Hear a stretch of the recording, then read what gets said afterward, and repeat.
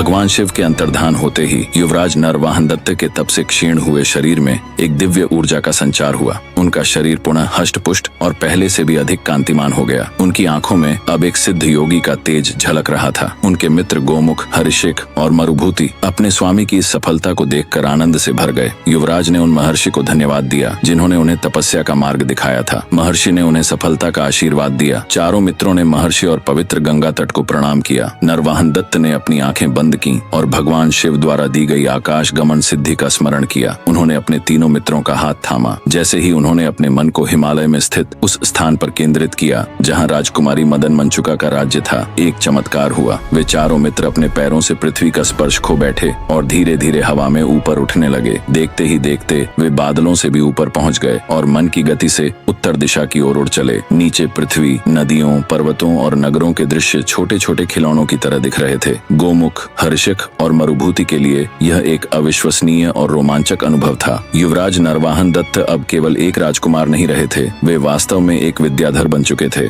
पलक झपकते ही जो यात्रा पृथ्वी मार्ग से महीनों की होती, वह उन्होंने कुछ ही क्षणों में पूरी कर ली। वे हिमालय के उन रहस्यमयी और दुर्गम शिखरों पर पहुंचे जहां साधारण मनुष्य के पहुंचने की कल्पना भी नहीं की जा सकती। वे एक समतल स्फटिक जैसी चट्टान पर उतरे। उनके सामने एक विशाल अलौकिक नगर का दृश्य था जो बादलों के बीच छिपा हुआ और किसी मायावी आवरण से ढका हुआ प्रतीत हो रहा था। यह राजा कलिंगसेन का राज्य शोणितपुर था, जो विद्याधर लोक का एक प्रमुख नगर था। युवराज जानते थे कि यह मदन मंचुका का नगर है, लेकिन वे सीधे उसमें प्रवेश नहीं कर सकते थे। नगर एक शक्तिशाली मायावी कवच द्वारा रक्षित था जो किसी भी बाहरी मनुष्य को रोक देता। तभी नगर के द्वार से दो तेजस्वी विद्याधर सैनिक जो आकाश में उड़ रहे थे प्रकट हुए। उन्होंने इन चार मनुष्यों को अपने क्षेत्र में देखकर क्रोध से अपनी तलवारें निकाल लीं। रुको मनुष्यों, तुम्हारी इतनी हिम्मत कि तुम विद्याधरों के पवित्र क्षेत्र में प्रवेश कर गए, तुम्हारी मृत्यु निश्चित है। इससे पहले कि वे आक्रमण करते, नरवाहन दत्त ने अपनी वीणा उठाई और शांत भाव से शिव द्वारा सिखाए गए एक दिव्य राग को छेड़ दिया। उस संगीत में ऐसा जादू था कि विद्याधर सैनिकों के उठे हुए हाथ वहीं रुक गए।